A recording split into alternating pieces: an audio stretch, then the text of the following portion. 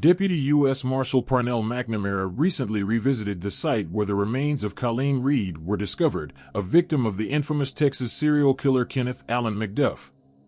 Reed, a 28-year-old woman from Austin, was one of several victims of McDuff, whose case is highlighted in Season 2, Episode 8 of Prosecuting Evil with Kelly Siegler. In the emotional video, McNamara explains how difficult it was to locate Reed's remains, which were found in November 1998, 7 years after her death.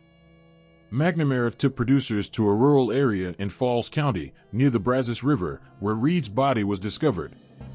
He described how McDuff had driven with Reed's body before torturing, beating her to death, and discarding her remains in the winter of 1991.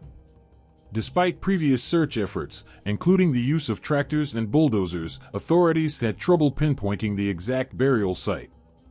After McDuff had been imprisoned, officials took him back to the area in a covert operation.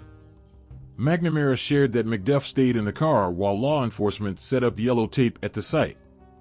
McDuff then pointed to the exact location and told them to dig there. It was only after one attempt that Reed's remains were found, confirming McDuff's knowledge of the spot where he had buried her. McDuff, dubbed the Broomstick Killer, was suspected of up to 14 murders, and his case gained more attention after being featured on America's Most Wanted in the 90s.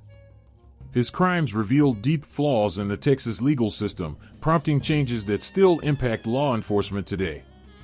McNamara, who has worked many difficult cases in his 50-year career, described McDuff's case as the most sadistic and brutal he had ever encountered, a sentiment shared by many of his colleagues.